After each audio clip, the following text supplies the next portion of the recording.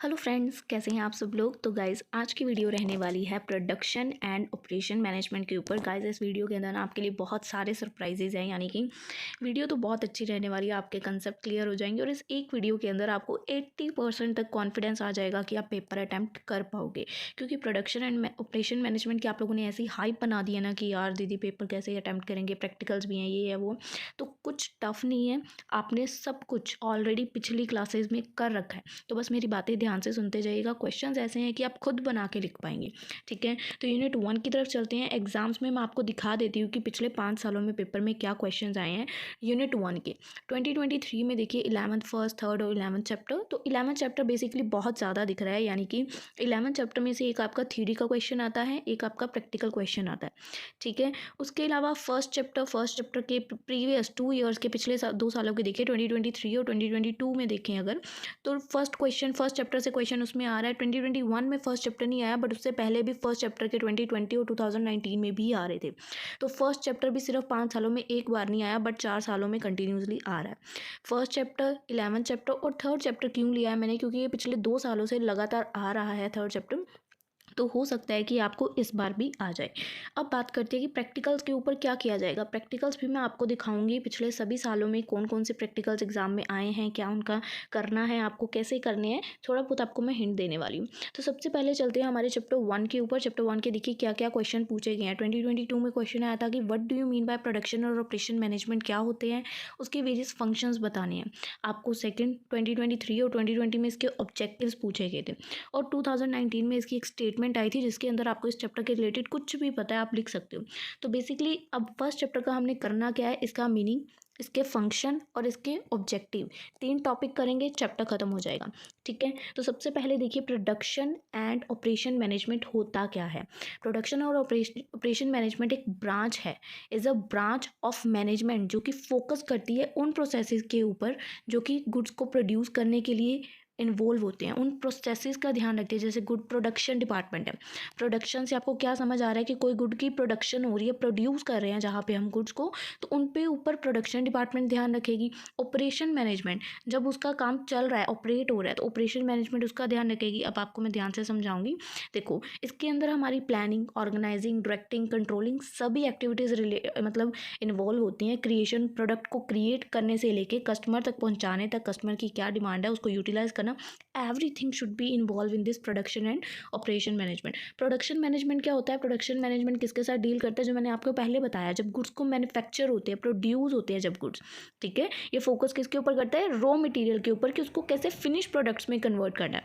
Second one is operation management, ये extend होता है, यानी कि एक्सटेंड बियॉन्ड द प्रोडक्शन, यानी कि प्रोडक्शन के अलावा बियॉन्ड द प्रोडक्शन जो भी काम होते हैं, लाइक सर्विसेज एंड एक्टिविटीज़, जैसे कि मैनेजिंग रिसोर्सेज को मैनेज करना, सप्लाई चेन्स को देखना, कस्टमर सेटिस्फाई है या नहीं है वो देखना। तो इन दोनों का ये काम है। प्रोडक्शन गुड्स को प्रोड्यूस करने के रिलेटेड देखती है और ऑपरेशन उसके अलावा बाकी एक्टिविटीज़ को देखती है। अब इसके फंक्शंस क्या हैं। फंक्शंस बिल्कुल बेसिक हैं, +2 में भी हमने किए हैं, प्लानिंग, ऑर्गेनाइजिंग, स्टाफिंग, डायरेक्टिंग। अब इसके अंदर मुझे नहीं लगता डिटेल में जाने की ज़रूरत है, गप्पे चलेंगी। डायरेक्टिंग, फिर आप कंट्रोलिंग करोगे, प्रोडक्ट को डिज़ाइन एंड डेवलपमेंट कैसे करोगे, प्रोसेस डिज़ाइन कैसे करोगे, उसके मेथड्स को डिफाइन करोगे कि क्या वर्क फ्लो के मेथड रहेंगे, कैपेसिटी को प्लान करोगे, अपनी इन्वेंट्री स्टॉक को मैनेज करोगे कि कितना स्टॉक है, कितना रॉ मटेरियल है, कितना अभी प्रोडक्शन में है, कितना तैयार हो चुका है। क्वालिटी को श्योर करोगे कि क्वालिटी मेंटेन रहे, मेंटेनेंस बना के रखोगे मशीनरी और इक्विपमेंट को कि अच्छी वर्किंग कंडीशन हो। ये नहीं है कि बड़ा ऑर्डर आया और हमारा सामान ही खराब हो गया। सप्लाई चेन एक बनेगी। ठीक है, अब इससे मिलते जुलते इसके ऑब्जेक्टिव्स होंगे जो हम +2 से करते आ रहे हैं। प्रोडक्शन क्या है, मैनेज करना, planning, organizing, relating everything, that is our functions. Objectives क्या है, रिसोर्सेज का अच्छे से यूज़ हो पाए, इफेक्टिव यूटिलाइजेशन ऑफ रिसोर्सेज, या इसको आप ऐसे भी लिख सकते हो, proper utilization of resources. Second, customer को हाई क्वालिटी प्रोडक्ट्स प्रोवाइड करना, जितना हो सके प्रोडक्ट को बनाने की हमारी कॉस्ट कम से कम आनी चाहिए, कॉस्ट को रिड्यूस करना। टाइम पे जो भी प्रोडक्ट कस्टमर ने मांगा है उसको टाइमली डिलीवर करना। फ्लेक्सिबिलिटी होनी चाहिए, जो भी कस्टमर डिमांड कर रहा है उसके अकॉर्डिंग उसको मार्केट की कंडीशन जो भी है, जैसे भी मांग रहा है वैसे आपको उसको तैयार करके देना चाहिए। इनोवेशन करते रहना चाहिए, नई नई क्रिएटिविटी करते रहना चाहिए। कस्टमर को सेटिस्फाई करना इज अवर ऑब्जेक्टिव। एम्प्लॉयज़ की वेलफेयर को ध्यान में रखना है और सस्टेनेबल यानी कि इन्वायरमेंट फ्रेंडली प्रोडक्ट बनाने पर हमारा फोकस होना चाहिए और कम से कम वेस्टेज होनी चाहिए और ज़्यादा फोकस होना चाहिए कि हम प्रॉफिटेबिलिटी कमाएं।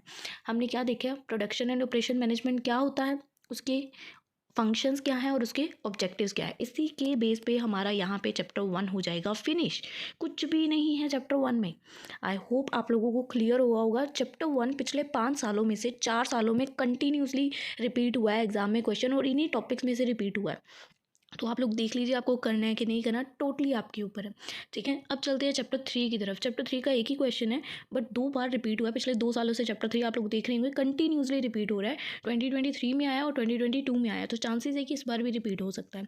डिमांड फोरकास्टिंग होता क्या है? डिमांड फोरकास्टिंग क्या है कि फ्यूचर में हमारे प्रोडक्ट की क्या डिमांड होगी उसको फोरकास्ट करना, यानी कि एडवांस में प्रिडिक्शन लगाना कि फ्यूचर में इस चीज़ की ये डिमांड हो सकती है। फोरकास्ट यानी कि फ्यूचर प्रिडिक्शन करना कि फ्यूचर में ये हो सकता है इस चीज़ का। जैसे हम प्रिडिक्शन कर रहे हैं ये कि एग्जाम में ये क्वेश्चन आ सकते हैं, एग्जाम में ये क्वेश्चन पूछ सकते हैं, that is our prediction, assumption लगा रहे हैं।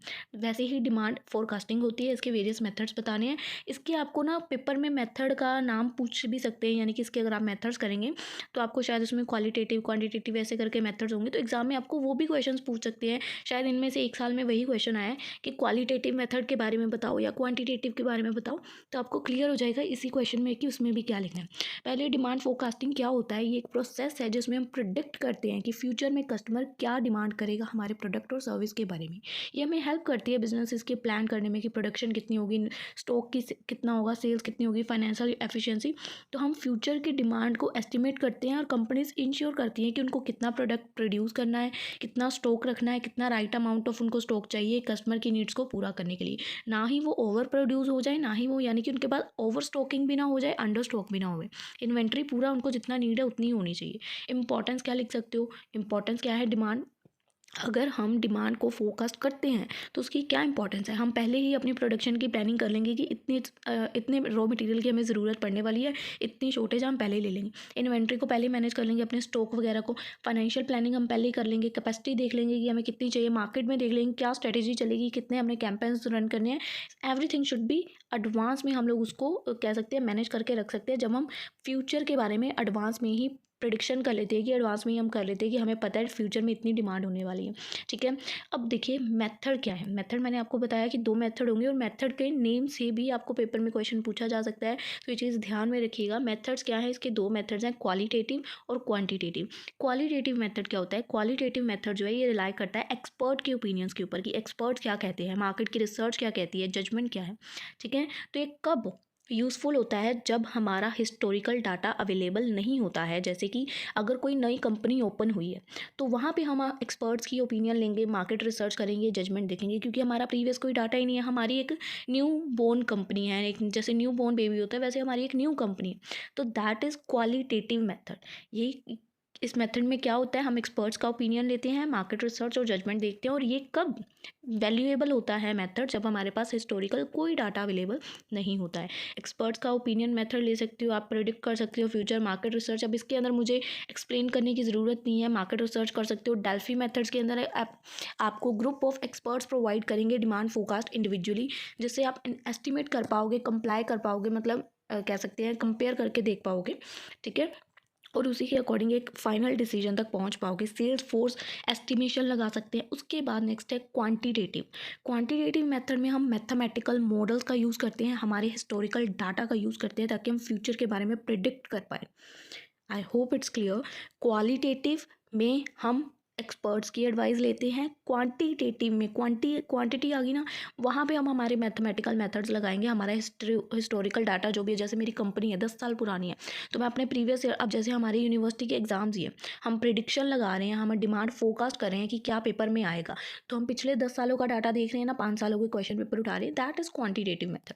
I hope it's clear. इसमें हम टाइम सीरीज एनालिसिस कर सकते हैं, प्रिडिक्ट कर सकते हैं कि फ्यूचर की डिमांड क्या होगी बेस्ड ऑन हिस्टोरिकल डिमांड, कि जैसे पूरे साल का हम पिछले 5-6 सालों का एनालिसिस करें, किस टाइम पे किस चीज़ की क्या डिमांड थी। अब जैसे एग्जाम्स की वीडियोस की डिमांड है, कब होती है टाइम सीरीज? पूरे साल में।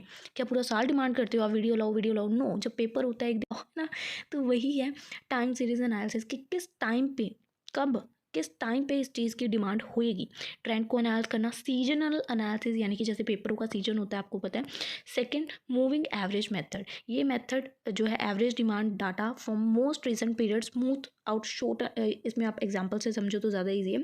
Calculate the average demand average demand निकालो पिछले लास्ट 3 मंथ्स की, प्रिडिक्ट करो कि अगले मंथ्स की क्या डिमांड होगी पिछले 3 महीनों की डिमांड्स के बेसिस पे। अगर आपका मतलब पूरे सीजन वाला काम है, पूरे 12 महीने चलने वाला काम है, तो पिछले 3 महीने की डिमांड देखो, फिर नेक्स्ट 3 मंथ्स की प्रिडिक्ट कर सकते हो आप।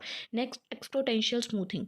अगर डिमांड लास्ट मंथ की यूजुअली हाई है तो इट इम्पैक्ट की फोरकास्ट जो है हमारा ओल्डर डाटा के अकॉर्डिंग भी हम ले सकते हैं, रिग्रेशन एनालिसिस कर सकते हो।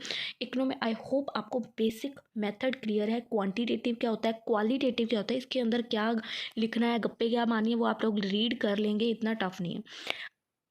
अब बात करते हैं कि कौन से फैक्टर्स हैं। अगर हम डिमांड को एडवांस में ही फोरकास्ट कर लेते हैं कि ये डिमांड होगी, तो कौन से फैक्टर उसको इफ़ेक्ट कर सकते हैं। पास्ट डिमांड का डाटा, अगर हमारे पास जो हिस्टोरिकल डाटा है वो गलत है या कुछ भी उसमें मतलब है ऐसा, या तब वैसा ट्रेंड था, अब वो चीज़ का ट्रेंड नहीं है, तो क्योंकि पास्ट में तो बहुत सारी ऐसी चीज़ों का ट्रेंड था ना जिन्होंने हाइप ली थी, पर आज के टाइम पे वो चीज़ें है ही नहीं। नोकिया कितना चढ़ा था पहले, अब है ही नहीं, उसका वजूद ही नहीं है। तो पास्ट का डिमांड का डाटा है क्या, ये भी फैक्टर इफेक्ट करेगा कि उसके मतलब क्या चीज़, आइडेंटिटी क्या थी, मार्केट का ट्रेंड क्या चल रहा है, सीजन कौन सा है, ये फैक्टर्स अफेक्ट करेंगे। इकोनॉमिक कंडीशन क्या चल रही है, इन्फ्लेशन, महंगाई है, मंदी चल रही है, बेरोजगारी चल रही है, जीडीपी क्या, मतलब सब कुछ इफेक्ट करेगा। कंपटीशन कितना है मार्केट में, इफेक्ट करेगा। मार्केटिंग के एफर्ट्स क्या कर रहे हो आप, एडवर्टाइजमेंट कैसे कर रहे हो, प्रमोशन कैंपेन्स कैसे कर रहे हो, ये भी आपके डिमांड को कहीं ना कहीं इफेक्ट करेंगे। सो स्टेप्स क्या है कि अगर आपको आज ही सोचना है कि फ्यूचर में इस चीज़ की क्या डिमांड होगी, तो आप कैसे सोचोगे। पहले आप एक ऑब्जेक्टिव सेट करोगे, डिफाइन करोगे कि मेरा ये ऑब्जेक्टिव है, फिर आप उसका डाटा कलेक्ट करोगे, फिर आप एक फोरकास्टिंग का मेथड सेलेक्ट करोगे कि मुझे क्वांटिटेटिव से फोरकास्ट करना है, क्वालिटेटिव से। फिर आप डाटा को एनालाइज करोगे, फिर आप अपने प्रिडिक्शंस लगाओ कि ये नहीं ये हो सकता है, ये नहीं ये हो सकता है, देन आप उसको मॉनिटर करोगे एंड अकॉर्डिंग टू टाइम उसको एडजस्ट करते रहोगे जैसे भी आप उसको अप्लाई करोगे। एडवांटेजेस क्या है, अगर आप डिमांड फोरकास्ट करके चलते हो तो आप अपनी कॉस्ट को रिड्यूस कर सकते हो। कॉस्ट को रिड्यूस कैसे कर सकते हो, अब जब मुझे पता है कि दिसंबर में मुझे स्टॉक कस्टमर तक पहुंचाना है, और दिसंबर में अगर मैं उसका रॉ मटेरियल खरीदने जाऊंगी तो वो मुझे बहुत महंगा पड़ेगा, बट मुझे पता है दिसंबर को मुझे स्टॉक चाहिए, और उसके जो स्टॉक के लिए रॉ मटेरियल चाहिए उसका प्राइस अगर कह लो अगस्त अक्टूबर में कम होता है, तो मैं रॉ मटेरियल तब बाय करूँगी ना, एडवांस में। तो हम अपनी कॉस्ट को किसी ना किसी तरीके से कम कर सकते हैं अगर हम एडवांस में डिमांड फोकस करके चलते हैं। इंप्रूव करेगा कस्टमर के सेटिस्फेक्शन को, सपोर्ट करेगा आपको स्ट्रेटेजिक डिसीजन लेने में, और रिस्क कहीं ना कहीं कम हो जाएगा। क्वेश्चन की कंक्लूजन, चैप्टर सेकंड भी फिनिश। अब बात करते हैं chapter number 11, most most most wanted chapter. इसको तो किसी हाल में स्किप नहीं करना है। इसका एक क्वेश्चन बहुत ज़्यादा आता है कि पर्ट क्या है, सीपीएम क्या है, इन दोनों का डिफरेंस बताओ, इन दोनों में सिमिलैरिटीज़ क्या हैं, डिफरेंसेस क्या हैं, ये चीज़ें बतानी है। पर्ट क्या होता है, program evaluation and review technique. ध्यान से इसका नाम समझो। प्रोग्राम को इवैल्यूएट करना और रिव्यू करना, एंड रिव्यू करने की टेक्निक्स। ये एक प्रोजेक्ट मैनेजमेंट टूल है जिसका यूज़ किया जाता है प्लान करने के लिए, शेड्यूल करने के लिए, और टास्क को कंट्रोल करने के लिए, प्रोजेक्ट को। ठीक है। इसका मेन फोकस किस पे होता है कि इसने अनालाइज करना है कि कितना टाइम हमें लगेगा एक एक्टिविटी को कंप्लीट करने के लिए, आइडेंटिफाई करना कि मिनिमम कितना टाइम लगेगा एक प्रोजेक्ट को फिनिश करने के लिए। सो डेवलप फॉर प्रोजेक्ट, इसकी डेवलपमेंट किसके लिए हुई थी, प्रोजेक्ट्स के लिए, जहाँ एक्टिविटीज़ और उनकी ड्यूरेशन अनसर्टेन होती है, हमें नहीं पता कि कितना टाइम लगेगा, कितना ड्यूरेशन लगेगा, तो वहाँ पे ये एनालिसिस करता है। कॉमनली इसका यूज़ रिसर्च और डेवलपमेंट प्रोजेक्ट्स में होता है। इसका यूज़ नेटवर्क डायग्राम, जैसे आपको ना इसके प्रैक्टिकल क्वेश्चंस भी होंगे जिसमें आपको कह सकते हैं नेटवर्क डायग्राम ही बनाना होगा, एक नेटवर्क चेन क्रिएट करनी होगी, तो मैं आपको आगे समझाऊंगी कि क्या चीज़ है।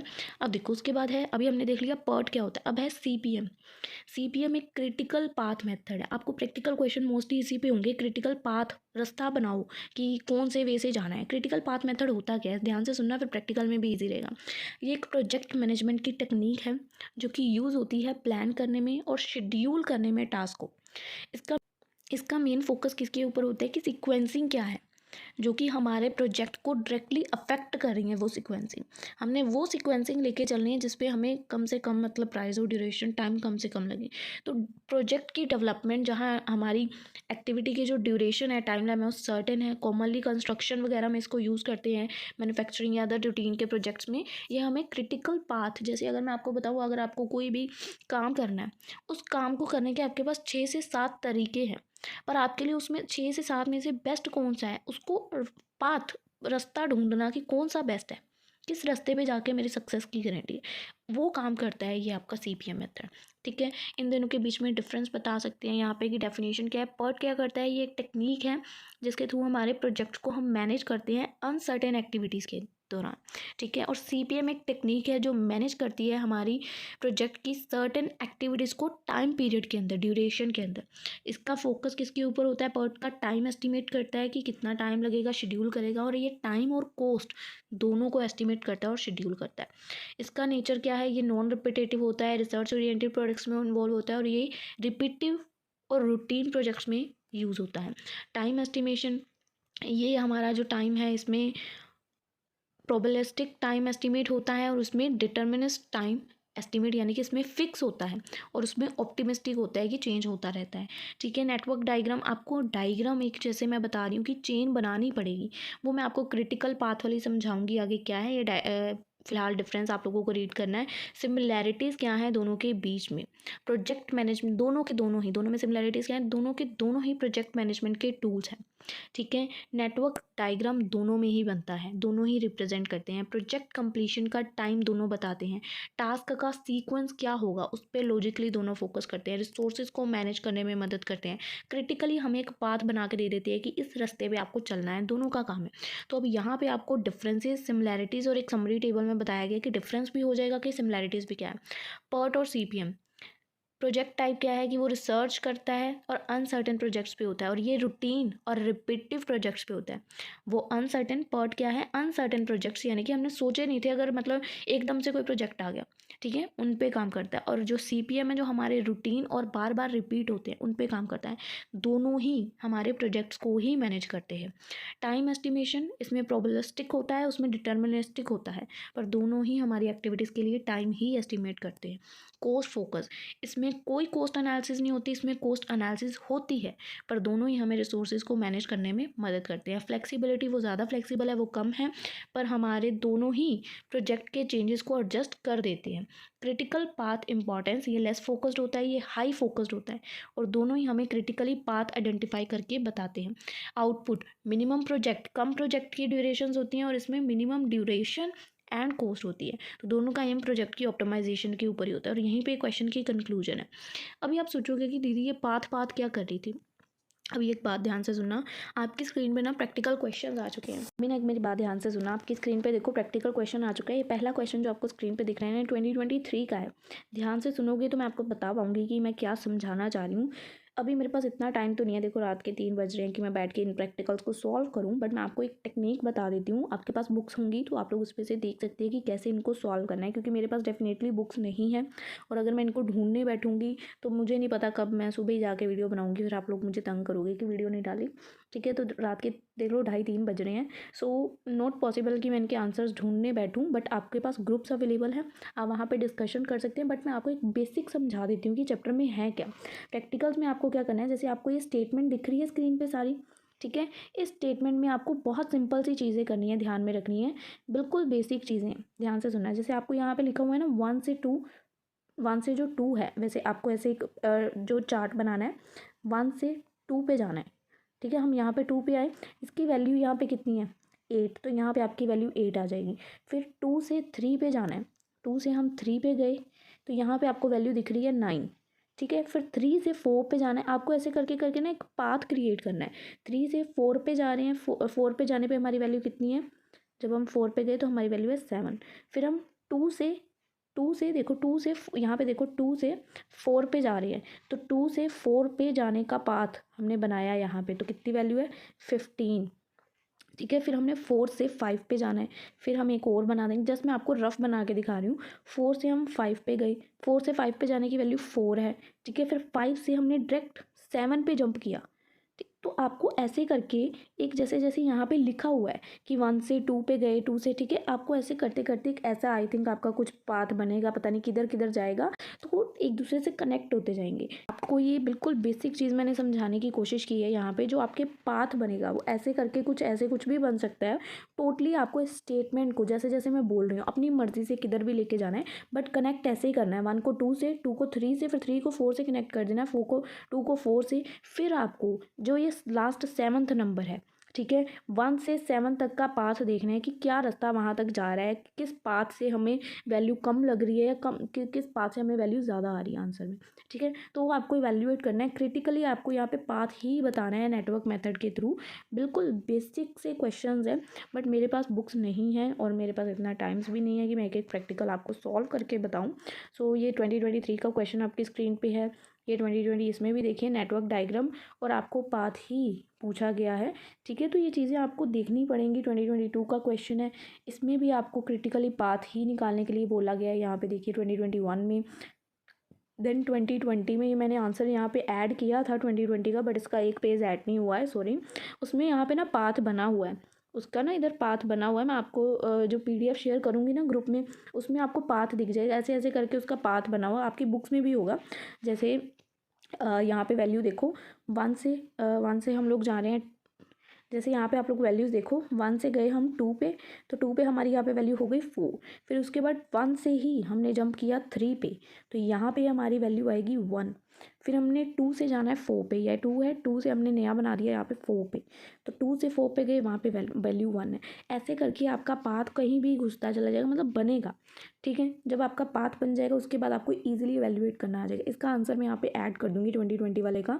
ये था मेरे पास नोट्स में, मैंने यहाँ पे फ़ोटो भी ऐड की, 2 थी फ़ोटोज़, एक आई थिंक यहाँ पे शो नहीं हो रही अभी, तो मैं उसको लैपटॉप से दोबारा ऐड कर दूँगी। अभी फ़ोन में PDF ओपन है तो अभी ऐड नहीं कर सकती। ठीक है, उसके बाद 2019 में भी अगेन आपको क्रिटिकली पाथ ही पूछा गया है। आई थिंक अगर आप क्रिटिकल पाथ भी बनाओगे तो आपका 50% क्वेश्चन, 50 नहीं 80% क्वेश्चन सॉल्व है यार। आपको पाथ बनाना आना चाहिए। ठीक है, मुझे अभी इस चैप्टर के बारे में इतनी डिटेल में नॉलेज नहीं है, प्रैक्टिकल मैं आपको सीधा एक्सप्लेन नहीं कर पाऊँगी क्योंकि बहुत ज़्यादा नॉलेज मुझे भी नहीं है। मैंने भी आज ही बुक खोली है, आपके सामने PDF बनानी होती है, तो मैंने जस्ट प्रैक्टिकल देखे, मुझे जितना कंसेप्ट याद था मैं आपको वो बता रही हूँ कि इसमें एक पाथ क्रिएट करना होता है आपको। ठीक है, डिटेल में अभी मुझे भी नहीं याद, और मुझे अगर सॉल्व करने बैठूंगी, अगर देखो मैंने 3-4 साल हो गए मुझे करे को, अगर अभी करने बैठूंगी तो पता नहीं कब सॉल्व होंगे, तो आती हूँ। ठीक है, मैं आपको ये नहीं बोल रही हूँ कि प्रैक्टिकल छोड़ के जाओ, करो, क्योंकि एक ही चैप्टर से हर बार रिपीट हो रही है। आपको 4-5 चैप्टर नहीं करने हैं, सिर्फ एक ही चैप्टर नंबर 11 जो पर्क वाला चैप्टर है, इसमें से क्वेश्चन हर बार लॉन्ग आ रहा है। तो आपके ऊपर आपको करना है कि नहीं। अगर कोई ना करना चाहे तो थ्योरी भी इनफ है। थ्योरी के क्वेश्चन ये नहीं है कि आ ही नहीं रहे हैं, मैं आपको थ्योरी भी पेपर पैटर्न मैंने स्टार्टिंग में दिखाया। देखो 11 चैप्टर में से एक एक प्रैक्टिकल है। ठीक है, उसके अलावा फर्स्ट चैप्टर भी हमने करा है, थर्ड चैप्टर भी हमने करा है, 11 में से थ्योरी भी आ रही है। हमने 11 फर्स्ट और थर्ड तीनों की थ्योरी भी करी है।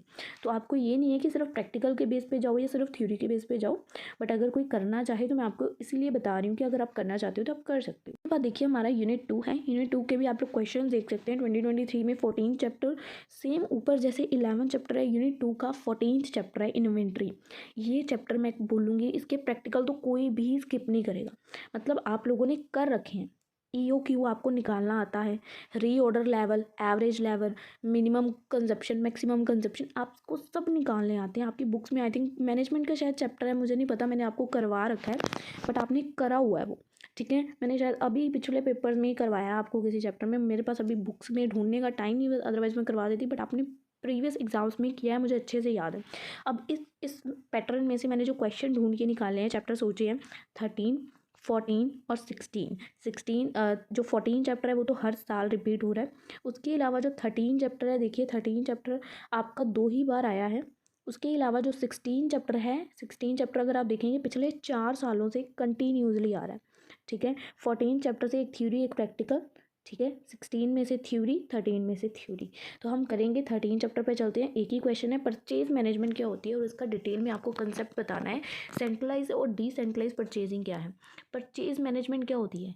परचेज मैनेजमेंट वो प्रोसेस है, प्लानिंग है, एक्वायरिंग का मैनेज करने का, जो भी गुड्स एंड सर्विसेज को ऑर्गेनाइजेशन, मतलब परचेज है जो हम खरीद रहे हैं ना, उसको कैसे मैनेज करना है, कितनी परचेजिंग करेंगे, क्या प्लानिंग रहेगी उसके लिए, कितना अक्वायर करना है, क्या गुड्स लाने हैं, कितने लाने हैं, कितना रॉ मटेरियल आएगा, राइट मटेरियल कितना आएगा, कितनी क्वांटिटी में आएगा, that should B purchase management. की कितनी परचेज हुई है, होगी, कितनी फ्यूचर में होगी, that should be manage, purchase management. So ये फंक्शन आपको बिल्कुल बेसिक है। परचेज मैनेजमेंट के फंक्शंस क्या हैं? पहले तो आपको परचेज को मैनेज करने के लिए आइडेंटिफाई करना पड़ेगा कि क्या नीड है, कितने गुड्स और सर्विसेज की आपको नीड है। फिर आपको सप्लायर सोचना पड़ेगा कि किससे मुझे सप्लायर सामान लेना है।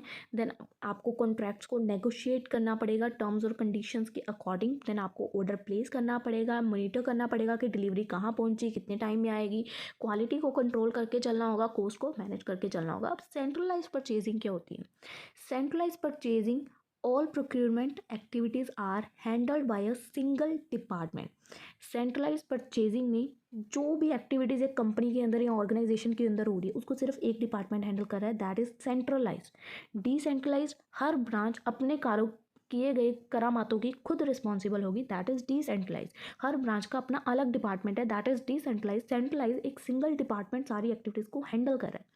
सो ये अप्रोच बहुत कॉमन है लार्ज ऑर्गेनाइजेशन के लिए, जो बड़ी ऑर्गेनाइजेशन होती है। इससे एडवांटेज क्या होती है? सेंट्रलाइज अगर हम परचेजिंग करते हैं, हमारी कॉस्ट सेव होती है, कंसिस्टेंसी बनी रहती है, एक्सपर्टीज आती है, ठीक है, क्योंकि जो भी डेवलप होता है एक्सपीरियंस, एक्सपर्टीज क्रिएट होती है, उससे बेटर सप्लायर रिलेशनशिप बन पाता है और हमारे डुप्लीकेशन रिड्यूस होती है क्योंकि एक ही डिपार्टमेंट सब कुछ रिकॉर्ड कर रहा है। डिसएडवांटेज, कई बार डिले हो जाता है क्योंकि एक ही मतलब डिपार्टमेंट उसका सारा रिकॉर्ड रख रहा है, तो जिसकी वजह से कई बार डिले हो जाता है, फ्लेक्सिबिलिटी कम होती है और ओवर हमें डिपेंड रहना पड़ता है जो भी डिपार्टमेंट इसको हैंडल कर रहा है। तो डिसेंट्रलाइज परचेजिंग एग्जैक्ट इसके ऑपोजिट, ईच डिपार्टमेंट या ईच ब्रांच अपने अपने काम के लिए, अपने अपने प्रोक्योरमेंट के लिए, एक्टिविटीज़ के लिए रिस्पॉन्सिबल होगा, ठीक है। तो ये कॉमन होता है हर ऑर्गेनाइजेशन में, डिफरेंट लोकेशंस पे जो होती हैं। तो एडवांटेज क्या है? इसमें आपको फ्लेक्सिबिलिटी मिलती है, कस्टमाइज सोल्यूशन होते हैं, जो भी आपको सही लगे आप उसके अकॉर्डिंग डिसीजन ले सकते हो, रिलेशनशिप और बिल्ड होता है और आप डिसीजन जल्दी ले पाते हो। जब एक हेड ऑफिस होता है ना, तो आपको हेड ऑफिस के अप्रूवल का वेट करना पड़ता है, बट यहाँ पे क्या है कि आप खुद डिसीजन ले सकते हो, आपको थोड़ी फ्लेक्सिबिलिटी दी गई है। डिसएडवांटेज, यहाँ पे थोड़ी कॉस्ट हाई हो जाती है, इनकंसिस्टेंट क्वालिटी होती है, डुप्लीकेशन हो सकती है, लैक ऑफ एक्सपर्टीज होने के भी चांसेस हैं। तो यहाँ पे आप कंपैरिजन करके इजीली बता सकते हो। मुझे डिटेल में समझाने की ज़रूरत नहीं है, ना ही वीडियो को लेंथी करने की ज़रूरत है। आपको सेंट्रलाइज्ड और डिसेंट्रलाइज का मीनिंग क्लियर है, ठीक है। तो यहाँ पे आप चूज़ किसको करोगे और क्यों करोगे? When to choose centralize purchasing, जब आपकी ऑर्गेनाइजेशन बहुत बड़ी है, जब आपको कॉस्ट को कंट्रोल करना है, स्टैंडर्डाइज करना है अपनी प्रायोरिटी को, तब आप सेंट्रलाइज परचेजिंग को चूज़ करोगे। और जब आपकी छोटी कंपनी है, मल्टीपल लोकेशन पे है, तब आप डिसेंट्रलाइज को चूज़ करोगे। हाइब्रिड अप्रोच क्या है? जब आप इन दोनों को कंबाइन करके यूज़ करते हो, ठीक है, तो दैट इज़ हाइब्रिड अप्रोच। और इसकी क्वेश्चन की कंक्लूजन, चैप्टर नंबर 14 के छोटे छोटे, अगर मैं ये बोलूँगी नहीं कि ये सारे टॉपिक्स ही चैप्टर नंबर 14 के हैं, चैप्टर नंबर 14 के कुछ टॉपिक्स हैं, कुछ आई थिंक चैप्टर नंबर 11 के भी इसमें आए हुए हैं, बट ये ऐसे करके ही क्वेश्चन पेपर में आया था, एक्सप्लेन करके। नीचे 3-3 पॉइंट्स आते हैं, ठीक है। तो पिछले 2-3 मतलब कंटिन्यूसली हर साल ऐसा ही क्वेश्चन आ रहा है इस चैप्टर से, पर हर बार जैसे पहले साल ले लो, GIT, VED, LED आ गया, ठीक है, फिर टाइम स्टडी, ऐसे करके कोई 3 पॉइंट्स तो आएंगे ही आएंगे, ठीक है। तो GIT क्या होता है? अब एक एक करके सबको समझने हैं कि GIT क्या है। जस्ट इन टाइम, ये एक स्ट्रेटजी है जिसका मैन्युफैक्चरिंग और इन्वेंट्री मैनेजमेंट को करने में हम यूज़ करते हैं। फोकस होता है हमारा प्रोड्यूसिंग और गुड्स को परचेज करने के ऊपर जब भी हमें उसकी ज़रूरत है। जस्ट इन टाइम, जब ज़रूरत है तभी गुड्स को परचेज करना है, ठीक है। इससे क्या होगा? हमारा स्टॉक का लेवल कम हो जाएगा, हमारी वेस्टेज कम होगी और हमारी एफिशिएंसी और इम्प्रूव होगी। फीचर्स क्या है कि डिमांड पे ऊपर होता है, जब डिमांड आएगी तब हम उसको परचेज करेंगे, उतना ही परचेज करेंगे, जस्ट इन टाइम, उसी टाइम परचेज करेंगे। मिनिमम इन्वेंट्री होती है, जितनी डिमांड आती है हम उतना ही लेके आते हैं। स्ट्रॉन्ग सप्लायर के साथ रिलेशनशिप बनता है क्योंकि हमें फटाफट सप्लायर भेज देता है जितना हमें ज़रूरत होती है। हम स्टॉक अपने पास मतलब कह सकते हैं गोडाउन में नहीं रखते, जितना ज़रूरत है उसी टाइम ले आते हैं। स्ट्रीमलाइंड ऑपरेशंस होते हैं, एस्टिमेट करते हैं अननेसेसरी, उसके बाद देखिए स्ट्रीमलाइंड ऑपरेशंस होते हैं, एस्टिमेट करते हैं अननेसेसरी प्रोसेसेस के ऊपर और वैल्यू एडेड एक्टिविटीज़ पे फोकस करते हैं। कंटिन्यू इंप्रूवमेंट होती रहती है। एडवांटेज, कॉस्ट सेव होती है, हमारी एफिशिएंसी इंप्रूव होती है, क्वालिटी इंप्रूव होती है, फ्लेक्सिबिलिटी बढ़ती है। डिसएडवांटेज, हमें सप्लायर पे डिपेंड रहना पड़ता है। अगर सप्लायर बोल दे एट ए टाइम मेरे पास है ही नहीं, फिर क्या करोगे? स्टॉक आउट रिस्क हो जाता है क्योंकि आपके पास तो स्टॉक है ही नहीं, आप सप्लायर पे डिपेंड कर रहे हो। जस्ट जब ऑर्डर आएगा तो हम मंगवाएंगे। इम्प्लीमेंटेशन चैलेंजेस हो जाते हैं क्योंकि इम्प्लीमेंट करना थोड़ा मुश्किल है। और no room for errors, forecast तो आपने कर लिया बट आपके पास कोई एरर्स के लिए अब जगह ही नहीं बची, आपने गुंजाइश ही नहीं छोड़ी, है ना। आपके पास एक ही सप्लायर है तो आपके पास कोई जगह ही नहीं है। तो यहाँ पे आप एग्जांपल दे सकते हो। अब आपको क्लियर है कि GIT क्या होता है। ये चैप्टर बहुत ज़्यादा इंपॉर्टेंट है, जस्ट बिकॉज मैं जंप कर रही हूँ, आप जंप नहीं करेंगे, आप इसको पढ़ेंगे, ठीक है, कैसे ये वर्क करता है, फोकस करता है सप्लायर। तो ये बिल्कुल बेसिक है, मुझे मेन इसका मीनिंग क्लियर करना था कि JIT होता क्या है। जस्ट इन टाइम, जब आपको परचेज करना है उसी टाइम आप स्टॉक मटेरियल वगैरह खरीद रहे हो। VED एनालिसिस क्या है? ये 3 चीज़ों का नाम है। VED, vital, essential, desirable. ध्यान से देखना, VED एनालिसिस एक इन्वेंट्री मैनेजमेंट की टेक्निक है जो कि यूज़ होती है आइटम्स को क्लासीफाई करने के लिए based on their importance to operation. VED stand करती है हमारी वाइटल, एसेंशियल और डिज़ायरेबल के लिए। वाइटल उनके लिए होता है आइटम्स जो क्रिटिकली ऑपरेशंस के लिए होती है और उनको हम सब्सटीट्यूट नहीं कर सकते हैं। एसेंशियल जो कि इम्पॉर्टेंट है but not as critical, critical नहीं है वाइटल आइटम्स की तरह, बट ये इंपॉर्टेंट है, एसेंशियल है। एसेंशियल का मतलब ही इंपॉर्टेंट होता है, आपको पता होना चाहिए। Desirable, items that have lower priority and can be postpone और अवॉइडेड। जो आइटम्स की प्रायोरिटी कम है, जिसको हम पोस्टपोन कर सकते हैं या अवॉइड भी कर सकते हैं, डिज़ायरेबल है कि उनको अवॉइड किया जा सकता है। वाइटल सबसे ज़्यादा इंपॉर्टेंट, क्रिटिकल जिस पे हमें काम करना ही पड़ेगा। जैसे अगर कल एग्ज़ाम है, ये क्रिटिकल सिचुएशन है कि मुझे उस एग्ज़ाम पे काम करना ही पड़ेगा। एसेंशियल कि कुछ उसके इंपॉर्टेंट टॉपिक्स डिस्कस करने पड़ेंगे। डिज़ायरेबल कि अगर कोई एग्ज़ाम 4 दिन बाद है, अभी के लिए मैं उस काम को पोस्टपोन कर सकती हूँ या अवॉइड कर सकती हूँ, तो मुझे करना चाहिए। Vital, essential, desirable, I hope clear है। कैटेगरीज में भी इसको आप डिटेल में एक्सप्लेन कर सकते हो। यहाँ पे वाइटल की एग्जांपल दी गई, एसेंशियल की और डिज़ायरेबल की। तो स्टेप्स क्या हैं? पहले आप इन्वेंट्री आइटम्स को आइडेंटिफाई करोगे, देन आप क्लासीफाई करोगे आइटम्स को, देखोगे कौन सी वाइटल है, कौन सी एसेंशियल है, कौन सी डिज़ायरेबल है। देन आप प्रायोरिटाइज करोगे सबको, देन आप अपनी स्टॉक्स को मॉनिटर करोगे। एडवांटेजेस क्या है? डिसीजन मेकिंग बढ़िया होती है आपकी, बजट ऑप्टिमाइजेशन कर पाते हो, ऑपरेशन कॉस्ट आपकी कम हो जाती है। अब आप बोलोगे दीदी भागे जा रही है, भागे जा रही है, भाई फटाफट वीडियो कंप्लीट करवानी है क्योंकि, और यूनिट 2 इसी में कवर करने की कुछ वजह है। तो अब ये मत बोलना कि ये ऐसे क्यों रखा है, कुछ वजह है, फटाफट हो जाएगा क्योंकि वीडियोस आपको पता है कि मेरे पास टाइम नहीं है बनाने के लिए, फिर भी आपकी बहुत ज़्यादा डिमांड पे ये वीडियो बनाई जा रही है। तो लिमिटेशंस क्या है? सब्जेक्ट क्लासिफिकेशन होता है, यानी कि डिटरमाइन करना कि जब वो आइटम हमारी विजुअल वाइटल है, एसेंशियल है या डिज़ायरेबल है, तो ये कई बार सब्जेक्टिव होता है कि हमने देखना है कि किस टाइप की आइटम है हमारी वो, ठीक है। फोकस करना इंपॉर्टेंस ओनली पे, नीड करना कि रेगुलर अपडेट्स की ज़रूरत होती है। तो यहाँ पे हेल्थ केयर की एग्जांपल दी गई है, मैन्युफैक्चरिंग की एग्जांपल दी है, यू कैन रीड। अब थर्ड टॉपिक आता है लीड टाइम और रीऑर्डर लेवल वगैरह मैंने बताया आपको प्रैक्टिकल क्वेश्चंस आते हैं इसके पेपर में, ठीक है। तो आपने, मेरे को याद नहीं है पक्का कि मैनेजमेंट में करवाया या किस में करवाया, बट मेरे को लग रहा है मैनेजमेंट में ही करवाया आपको मैंने। तो ये देख लेना, आपने करा हुआ, आपकी बुक्स में फॉर्मूलाज होंगे मैनेजमेंट के भी, आपने बुक फेंकी नहीं है, ठीक है। तो both lead and reorder levels important concept है इन्वेंट्री मैनेजमेंट के, जो कि आपको हेल्प करते हैं कि इंश्योर करें कि स्मूथ ऑपरेशन हो और कभी भी आप स्टॉक आउट ना हो, यानी कि आपके पास कभी भी शॉर्टेज ना हो स्टॉक की, ना ही आपके पास ओवर स्टॉक हो। तो इस चीज़ को समझना है। लीड टाइम क्या होता है? लीड टाइम, टोटल टाइम, कितना आपने टोटल टाइम लिया एक ऑर्डर को प्लेस करने के लिए, from the moment and order is place, जब ऑर्डर प्लेस हुआ और सप्लायर, जब मैंने मतलब जोमेटो पे ऑर्डर डाला कि मुझे इतना सामान भेजो, ये मुझे खाना है, ठीक है, ऑर्डर डाला, ऑर्डर प्लेस हुआ, से ऑर्डर मेरे तक पहुंचने में कितना टाइम लगा, ठीक है, डिलीवर करने में, that is lead time. Components क्या है? ऑर्डर प्लेसमेंट का टाइम होता है, प्रोसेस कितना टाइम है, ट्रांजिट कितना टाइम है, इंस्पेक्शन कितना टाइम है, इंपॉर्टेंस बता सकते हो। देन री ऑर्डर लेवल एक इन्वेंट्री का वो लेवल है जहाँ पे हम new order must be place या to replenish stock before its run out, यानी कि जब किसी ने कोई ऑर्डर किया और वो चीज़ कैंसिल कर दी, तो हम उस पर री ऑर्डर कर सकते हैं। उस पर अभी आई थिंक पीछे एक स्कीम भी आई थी कि जो ऑर्डर कैंसिल हो चुके हैं, अगर आप उसको ऑर्डर करते हैं तो आपको शायद कितना डिस्काउंट मिलेगा, मुझे याद नहीं है। तो इन्वेंट्री लेवल जहाँ पे न्यू ऑर्डर प्लेस किया जा सकता है टू रिप्लेनिश स्टॉक बिफोर उसके ख़त्म होने या ख़राब होने से। तो फॉर्मूला क्या है आपकी बुक्स में जो है, आप उसको लेके चलें तो बेस्ट है। वैसे एवरेज डेली यूसेज कितनी हुई है, multiply by lead time plus safety stock. तो एवरेज डेली यूज़ ये आपको बताया हुआ है फॉर्मूले को एक्सप्लेन करके। तो यहाँ पे आपको रिलेशनशिप बता देना है कि दोनों में क्या रिलेशनशिप है, ठीक है। तो यहाँ पे एग्जांपल दी गई है, उसके बाद बेनिफिट्स बताएं, तो मैं जंप ही करूँगी बट आपको रीड करना है, मैं बार बार बता रही हूँ। जस्ट आपके लिए ये जस्ट कंसेप्ट क्लियर करने के लिए वीडियो बना रही हूँ कि कंसेप्ट है क्या। मुझे नहीं लगता अब आपको ये कन्फ्यूजन है कि लीड टाइम क्या होता है या री ऑर्डर लेवल क्या है, तो आपको क्लियर है। टाइम स्टडी क्या होता है और मोशन स्टडी क्या होता है, ये आई थिंक आपके चैप्टर 11th नहीं, चैप्टर 12th का क्वेश्चन है, बट इसमें पूछा गया था ऐसे ही, इस वजह से पॉइंट ऐड किया है।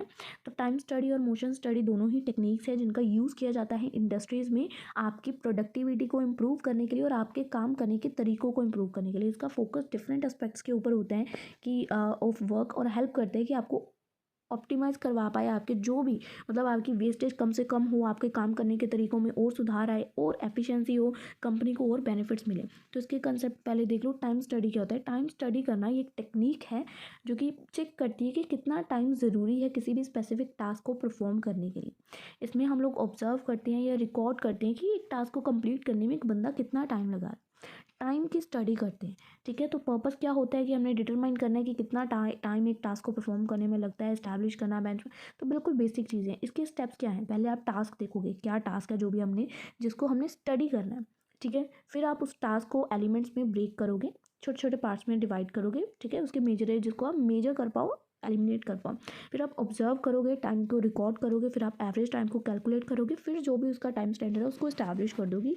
इस टाइम काम को करने में इससे ज़्यादा टाइम किसी वर्कर को नहीं लगना चाहिए। एडवांटेज क्या है? लोग उसी टाइम पीरियड के अंदर उस काम को ख़त्म करने की कोशिश करेंगे, प्रोडक्टिविटी इंप्रूव होगी। बेंच मार्क सेट हो जाएगा। जैसे कहते हैं ना कि इसने बेंचमार्क क्या होता है कि वो एक मिसाल सेट कर देनी या एक कह सकते हैं हायर पॉइंट सेट कर देना कि ये नहीं टूटना चाहिए, है ना। तो एक बेंचमार्क की इस टाइम पीरियड तक तो किसी भी हाल में, जैसे एंड टाइम, जैसे पेपर का आपको टाइम नहीं कि कल तक का ही टाइम है, पेपर है ना। बेंचमार्क है वो आपका। आपकी लेबर कॉस्ट कम होती है। लिमिटेशंस टाइम कंज्यूमिंग है, थोड़ा पोटेंशियल फॉर बायस होता है और not applicable for every task. Motion study क्या होता है?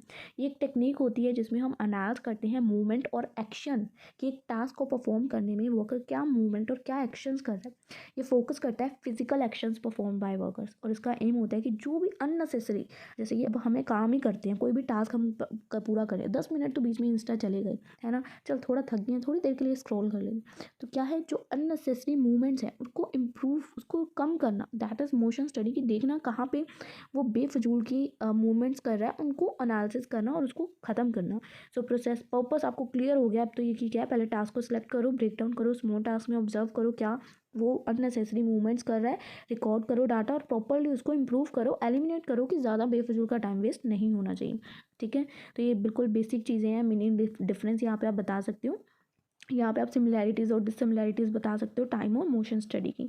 अब लॉजिस्टिक मैनेजमेंट, इसके ऊपर आपको पूरा आगे एक चैप्टर है, बट ये इस क्वेश्चन में भी आपको पूछा जा चुका है। तो लॉजिस्टिक मैनेजमेंट क्या होता है? ये एक प्रोसेस है जिसमें आप प्लानिंग करते हो, इम्प्लीमेंट करते हो और कंट्रोल करते हो आपकी efficient movement and storage of goods and services and कोई इन्फॉर्मेशन को सप्लाई चेन के थ्रू। इसमें कोऑर्डिनेशन एक्टिविटीज़ इंप्रूव होती हैं, like transportation, warehousing, inventory management.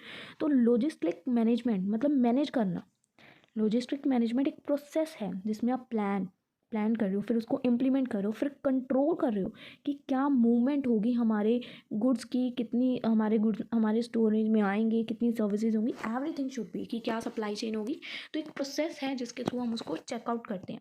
ठीक है, तो इसके ऑब्जेक्टिव क्या है? अगर हम इसे पहले से ही चेक करेंगे, प्लानिंग करके चलेंगे, कस्टमर हमारा सेटिस्फाई रहेगा, कॉस्ट हमारी कम से कम आएगी, कॉस्ट एफिशिएंसी होगी, इन्वेंट्री कंट्रोल इंप्रूव होगा। बिल्कुल बेसिक है। इसका फुल फ्लेज आगे लॉन्ग क्वेश्चन है, उसमें आपको और ज़्यादा क्लैरिटी होगी। रिसोर्सेज प्रॉपर्ली यूज़ होंगे, इंपॉर्टेंट सप्लाई चेन। ठीक है, तो बिल्कुल बेसिक है ये, मैं आपको आगे डिटेल में समझाऊंगी। तो यहाँ पे ये जस्ट एक पॉइंट है इसलिए मैं स्किप कर रही हूँ, क्योंकि ये थोड़ा यहाँ पे आई थिंक इन्होंने बड़ा कर दिया। उसके बाद है EOQ, इकोनॉमिक ऑर्डर क्वांटिटी। ये भी आपने अपने मैनेजमेंट की बुक में किया है, इसके भी प्रैक्टिकल पेपर में आते हैं। तो हो सकता है आपको 5 मार्क्स में पूछ लें, EOQ को सॉल्व करो तो आप कर सकते हो। प्रैक्टिकल क्वेश्चन आपको आते हैं, आई थिंक हमने किया हुआ है। 2CO/I करके फॉर्मूला है इसका। ठीक है, इकोनॉमिक ऑर्डर क्वांटिटी क्या होता है कि एक इन्वेंट्री स्टॉक को मैनेज करने का की कंसेप्ट है कि आप देख सकते हो, चेक कर सकते हो। इसमें हम क्या देखते हैं, ऑप्टिमल ऑर्डर क्वांटिटी जो कि कंपनी को परचेज करनी चाहिए उसकी इन्वेंट्री कॉस्ट को कम करने के लिए, और ऑर्डरिंग कॉस्ट और होल्डिंग कॉस्ट इसमें इंक्लूड होती है। कैलकुलेट करना अगर EOQ को, तो बिजनेसेस इंश्योर कर सकते हैं कि उन्होंने राइट अमाउंट ऑफ स्टॉक को ही ऑर्डर करना है। अगर हम इकोनॉमिक ऑर्डर क्वांटिटी को कैलकुलेट कर लेते हैं तो हमें पता चल जाता है कि हमें इतने अमाउंट ऑफ स्टॉक की ही ज़रूरत है। तो हम फालतू का ऑर्डर नहीं करते हैं, कोई भी चीज़ बेफालतू की नहीं मंगवाते। जितना ज़रूरत है, right amount of inventory, right amount of stock he order करते हैं। वेस्टेज कम होती है, हमारी एक्सेस कॉस्ट नहीं लगती, हम उसको मेंटेन कर पाते हैं। की कंसेप्ट क्या है, ऑर्डरिंग कॉस्ट फॉर्मूला आपको पता है। ठीक है, ordering cost, inventory cost, consumption cost, यही चीज़ें होती हैं। तो ऑर्डरिंग कॉस्ट कितनी आई, होल्डिंग कॉस्ट कितनी है, टोटल कॉस्ट कितनी है, तो एडवांटेजेस यहाँ पे बता सकते हो। इसका फॉर्मूला आप लोगों को आपकी बुक्स में मिल जाएगा। तो बिल्कुल बेसिक चीज़ है ये भी। ठीक है, तो उसके बाद है इन्वेंट्री कंट्रोल के चैप्टर पे क्वेश्चन, ये 2022 में आया था कि इन्वेंट्री कंट्रोल क्या होता है, इसकी क्या इंपॉर्टेंस है। इन्वेंट्री कंट्रोल क्या है? इन्वेंट्री कंट्रोल, स्टॉक, इन्वेंट्री समझो क्या है, इन्वेंट्री का नाम क्या होता है, स्टॉक। स्टॉक को कंट्रोल करना। अब बजेंगी गप्पे। इन्वेंट्री कंट्रोल एक प्रोसेस है जिसमें हम मैनेज करते हैं और ओवरसी करते हैं हमारे स्टॉक को, कि कितने amount, right amount of stock की हमारे बिजनेस को ज़रूरत है, किस टाइम पे ज़रूरत है, कभी भी हमें ओवर स्टॉक नहीं होना है, कभी भी हमें अंडर स्टॉक नहीं होना है। That should be monitor under inventory control. I hope it's clear है। इंपॉर्टेंस क्या है कि अगर हम पहले से ही देखेंगे कि हमारे पास इतना स्टॉक अवेलेबल है, इन्वेंट्री कंट्रोल करके चलेंगे तो हमारे पास हमेशा प्रोडक्ट कस्टमर के लिए अवेलेबल होगा, हमारी वेस्टेज कम होगी, हमारे पास कभी भी ओवर स्टॉक नहीं होगा। हम स्टॉक आउट, जो हमारे पास शॉर्टेज हो जाती है, स्टॉक ख़त्म हो जाता है, तो उसको हम कम कर सकते हैं। कस्टमर हमारे कह सकते हैं कि वापस नहीं जाएंगे, अगर हमारे पास आएंगे तो कुछ ना कुछ लेके जाएंगे। हमारा कैश फ्लो इंप्रूव होता है, कॉस्ट को हम कंट्रोल कर पाते हैं, फ्यूचर फोरकास्ट और जल्दी कर पाते हैं, डिसीजन अच्छे से ले पाते हैं। अब आप कैसे इन्वेंट्री कंट्रोल को अचीव कर सकते हो, तो इस पर आपको कुछ पॉइंट्स मिल जाएंगे। आप सेट पार लेवल सेट कर सकते हो, इन्वेंट्री मैनेजमेंट सिस्टम का यूज़ कर सकते हो, ABC एनालिसिस, ये भी इजी है। ABC एनालिसिस में आप आइटम्स के नेम के अकॉर्डिंग उसको डिस्क्राइब कर दोगी। A आइटम ये है, B ये है, C ये है। आइटम A जिसको सबसे ज़्यादा हमने मॉनिटर करना है, B को थोड़ा कम, C को हम अवॉइड कर सकते हैं, ठीक है। तो ये जस्ट इन टाइम हमने ऊपर देखा। रेगुलर स्टॉक्स को ऑडिट करना, first in first out, FIFO LIFO method आपको पता है, मैनेजमेंट में आपने किया है। रीऑर्डर के पॉइंट के कौन से सिस्टम है, इकोनॉमिक ऑर्डर क्वांटिटी हमने ऊपर किया है, सप्लायर का क्या रिलेशनशिप है मैनेजमेंट के साथ, और कुछ पॉइंट्स इसमें से आप कर सकते हो जो भी आपको प्रीवियस आपके क्वेश्चन से रिलेटेड हैं, ठीक है। फोकस कर सकते हो रिमार्क को, सारे पॉइंट्स मत करना क्योंकि ये क्वेश्चन आई थिंक छोटा सा है, आपको करना है जो ये चैप्टर में से सिर्फ ये क्वेश्चन एक बार आया है, ठीक है। उसके बाद चैप्टर 16 प्रॉपर डिटेल में लॉजिस्टिक मैनेजमेंट क्या होता है, क्या वेरियस इश्यूज आते हैं, चैलेंजेस आते हैं लॉजिस्टिक मैनेजमेंट में। अब देखो, लॉजिस्टिक मैनेजमेंट एक प्रोसेस है, planning, implementing and controlling the movement of goods and services and information from the point of origin to the point of consumption। जहाँ से वो शुरू हुआ था, जब वो बनना, मतलब लॉजिस्टिक मैनेजमेंट क्या है कि वो प्रोसेस है जिसमें हम प्लान कर रहे हैं पहले कि प्रोडक्ट आएगा, फिर हम उसको इम्प्लीमेंट कर रहे हैं, रॉ मटेरियल आ रहे हैं, प्रोड्यूस कर रहे हैं, वर्क इन प्रोग्रेस जा रहा है, फिर हमारा फिनिश गुड तैयार हो रहा है, फिर उस प्रोडक्ट को आगे कस्टमर को सेल किया जा रहा है, देन कस्टमर उसको कंज्यूम कर रहा है। From origin to the point of consumption, origin यानी कि जब वो बनना स्टार्ट हुआ, और कंजप्शन जब वो कस्टमर तक पहुंच गया, इसके बीच का जो सारा प्रोसेस है दैट इज लॉजिस्टिक मैनेजमेंट देखता है। आई होप इट्स क्लियर, ठीक है। तो ये इंश्योर करता है कि राइट प्रोडक्ट की रीच हो राइट प्लेस पे, सही प्रोडक्ट सही जगह पे, सही टाइम पे, सही कंडीशन में, और कम से कम कॉस्ट में कस्टमर के पास पहुंचाया जाए। ये पूरा पॉइंट है, right product at right place, right time, right condition और लोएस्ट पॉसिबल कॉस्ट पे प्रोडक्ट कस्टमर तक पहुंचाया जाए।